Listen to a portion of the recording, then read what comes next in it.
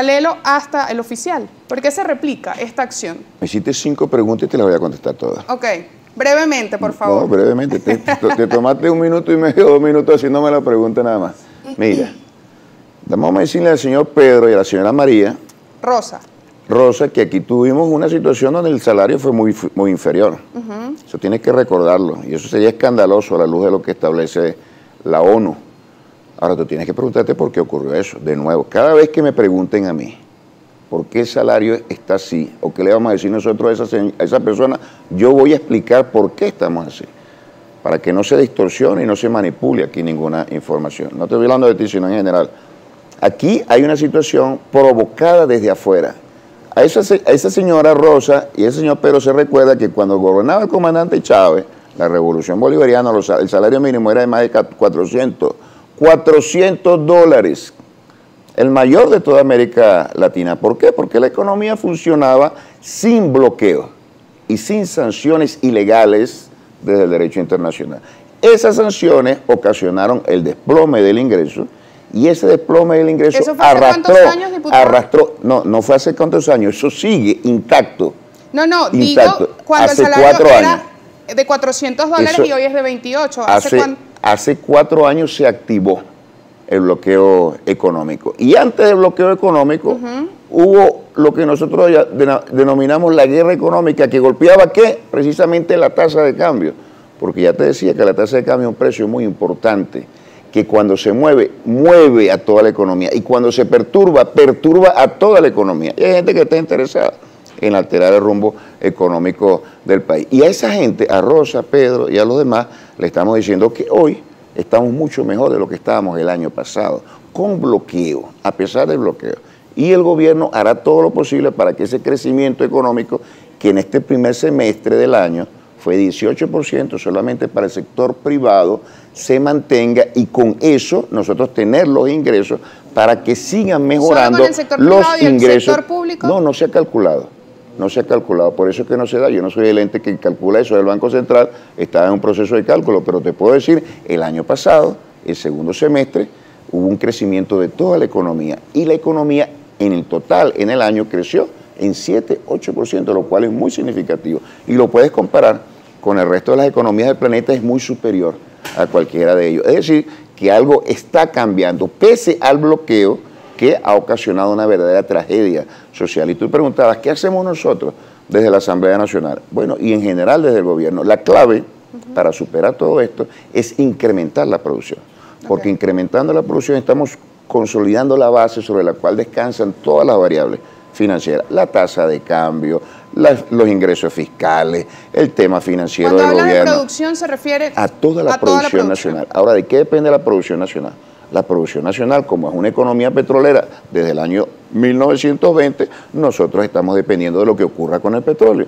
Y tú te preguntarás, ¿cuándo va a cambiar el tema petrolero nacional? Bueno, todo el diseño de ataque y de agresión a nuestra economía estuvo centrado en el petróleo. Si nosotros desestabilizamos, si nosotros contraemos, si nosotros reducimos desde Washington el tema petrolero o la producción petrolera, esto va a afectar todas las variables como efectivamente ocurrió. Ahora nosotros estamos creciendo progresiva y de manera cada vez más sólida en el petróleo para que eso beneficie a toda la economía, y aquí están los indicadores de crecimiento y expansión. No estamos donde queríamos estar, pero vamos avanzando. Una medida concreta de lo que hemos hecho en la Asamblea Nacional, muy concreta, de lo que hemos hecho en la Asamblea Nacional, es la ley de zonas económicas especiales, que atrae inversión.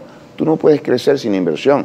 Ahora, que hay una prohibición casi absoluta para que vengan inversiones extranjeras. ¿Y hay seguridad jurídica, diputado? Hay seguridad jurídica. Si no hubiese seguridad jurídica, nosotros no estuviéramos creciendo 18% en el sector privado, que es el que siempre se ve afectado, cuando hay inseguridad jurídica y cuando no hay confianza.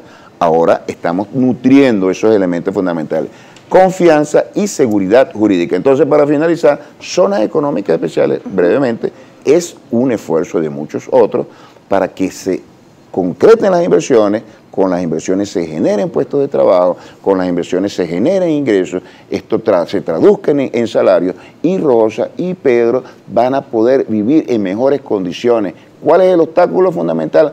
Un bloqueo criminal que se le impone a nuestro país. Diputado, tenemos a Seir Contreras ya listo con la participación de la audiencia a través de la cuenta oficial en Twitter, @primerapágina. Seir. Sí, Francis, buenos días a nuestro invitado, el diputado Jesús Faría, varios comentarios de la audiencia. En esta parte le pediríamos, por favor, respuestas cortas para estas preguntas de nuestra audiencia, así nos vamos a permitir leer más comentarios y preguntas. Voy a comenzar con el usuario Cabar3, dice, saludos en sintonía, no entiendo, si estamos bloqueados, pero compramos un avión, supongo que se refiere al avión iraní comprado por Conviasa. Dice, pero para comprar una ambulancia sí nos afecta el bloqueo. No, bueno, pero creo que esto es una distorsión absoluta de lo que está ocurriendo. El avión está secuestrado. Es absolutamente evidente que estamos bloqueados. El avión está secuestrado desde hace meses en Argentina, violentando las normas más elementales del derecho internacional. Esa es la evidencia, no que pudimos comprar el avión. El avión nos lo vendió Irán, otro país bloqueado por 40 años, que los Estados Unidos, bueno, como son el poder que domina el planeta, decide quién es bueno y quién es malo. Es un avión de carga, las vacunas que nosotros recibimos, y por eso nosotros pudimos llegar a los niveles más altos de vacunación en el planeta, bloqueados, estando bloqueados. ¿Con ese avión se trajeron las vacunas? Ahí fue que se trajeron las vacunas. Tú puedes ver cuáles son los indicadores de mortalidad y de afectación del COVID en todo el continente y en todo el planeta. Estamos en una de las mejores posiciones. Aquí no había dinero, pero sin embargo los pocos recursos que nosotros teníamos los invertimos en la salud de la gente, cosa que no hizo Bolsonaro en Brasil sin bloqueo, Donald Trump en los Estados Unidos sin bloqueo y otros países del planeta. Ese avión no era ningún lujo, un avión de carga muy importante, por cierto, un negocio absolutamente legal. ¿Sabe quién le vendió el avión a los iraníes? Air France, creo que fue. Y ese avión venía de México, pero como en Argentina tenemos un gobierno blandengue, entonces se dejó imponer la decisión de un tribunal en Miami que decide qué es lo que ocurre con un bien adquirido legalmente. Para la información del señor, que está muy mal. Se nos va el tiempo, diputado. Más comentarios. Manuel Santiago dice, buenos días. Le puede preguntar al invitado qué puede hacer un pensionado del Seguro Social con esa pensión y el dólar como está. Y dice, los pensionados son más economistas que ustedes. Supongo que se refiere al reto de tener que administrar tan poco dinero para lo costosa que es la vida. Yo les voy a recordar a los pensionados. Mira, los pensionados son las personas más leales a la revolución bolivariana. ¿Sabes por qué? Porque no hubo otro sector que se viera más reivindicado que los pensionados. En primer lugar, le comenzamos a pagar su pensión a tiempo, pero en segundo lugar, homologamos la pensión al salario mínimo, y en tercer lugar, ese salario mínimo llegó al ser el más alto en toda América Latina. Esas personas entienden perfectamente porque han conocido el antes y el después, y esas personas saben perfectamente, los pensionados en su inmensa mayoría, que esa pensión está en ese nivel por razones que no obedecen a las decisiones del gobierno, sino todo lo contrario. Si por nosotros fuese, y ya lo demostramos que lo podíamos hacer y por muchos años, es colocar las pensiones a los niveles que nosotros consideramos que son viables para una vida digna, que son los que nosotros pusimos en su momento. Y nosotros vamos a superar esta situación como de hecho se está observando. Hace poco la pensión era muy inferior, pero muy inferior.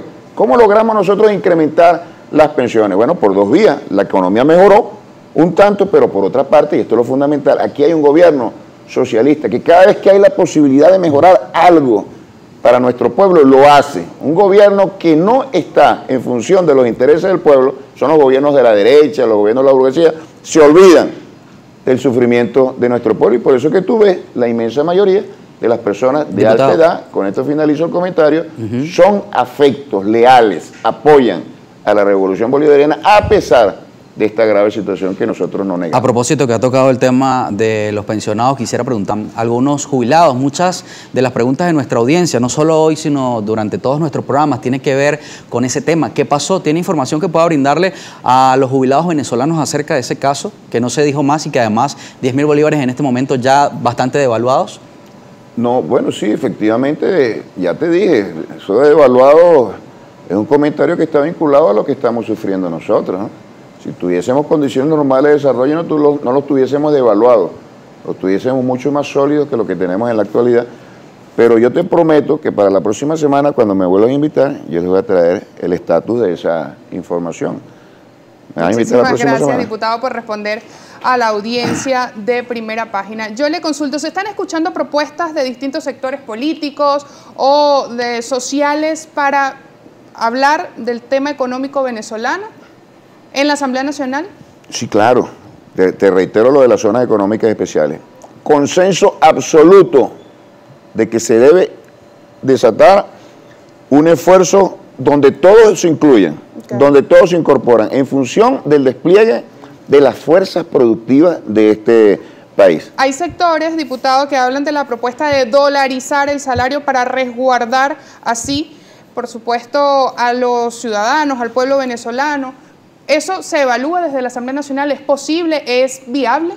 No es viable, porque para tú dolarizar algo tienes que tener los suficientes ingresos en dólares para hacer eso. Y si nosotros tuviésemos los suficientes ingresos en dólares que nos los prohíbe un gobierno extranjero, ¿se dolarizaría entonces el salario? No se dolarizaría el salario, sino que no hubiese necesidad de plantear esto. Pues no estaríamos nosotros en la situación de hiperinflación que tuvimos, nunca hubiéramos entrado en esa situación, ni tuviésemos esta situación tan compleja. Nos hubieran permitido continuar ¿con qué? Con lo que veníamos haciendo, crecimiento económico, que se traduce en bienestar social, que se traduce a su vez en estabilidad en el desarrollo de la nación y en una confluencia de todos los intereses de la nación, en lo político, en lo económico, en lo social. Eso se rompió, eso quedó aplastado precisamente con esta decisión que se tomó desde afuera. Pero nosotros decimos, todo el esfuerzo que hace el gobierno y toda